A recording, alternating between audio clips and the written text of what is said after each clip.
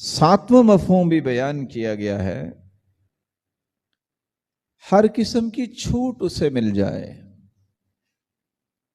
یہ کون سی آزادی ہے کہ جو دنیا کی تو چھوٹ حاصل کرتا کرتا کہ نماز بھی چلو نہ پڑھنی پڑے اور جہنم میں قابو آ جائے۔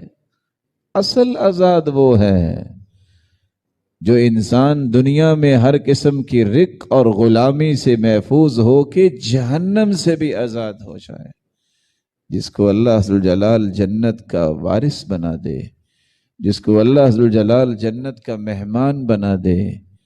یہ حقیقی آزادی ہے جس کی ابتدا دنیا میں ہوتی ہے انسان کے عبادات میں، اور اس کی انتہا جنت الفردوس میں ہوتی ہے۔ ربع بن حراش رضی اللہ تعالی عنہ جب رستم کے دربار میں پہنچے تو اس نے پوچھا تھا کہ آپ کا وین کیا ہے، آپ لوگ چاہتے کیا ہے، کس مقصد کو لے کے آپ آئے ہیں؟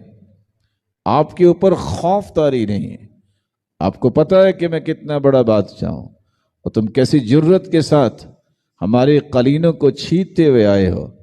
کہا سنو، وین ہمارا یہ ہے، ہم آئے اس لیے ہیں لنخرج العباد من عبادت العباد الى عبادت رب العباد۔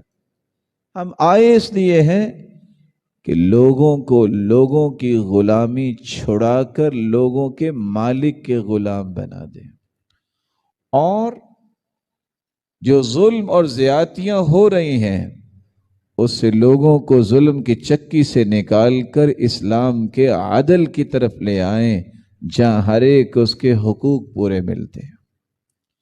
رسول اللہ صلی اللہ علیہ وآلہ وسلم نے اسی آزادی کی بنیاد پر انسانیت کی تربیت کی، اور حقیقت یہ ہے یہی وہ تربیت تھی جس نے پھر پوری دنیا کو جہنم سے آزاد کرنے کی پلاننگ کی تھی۔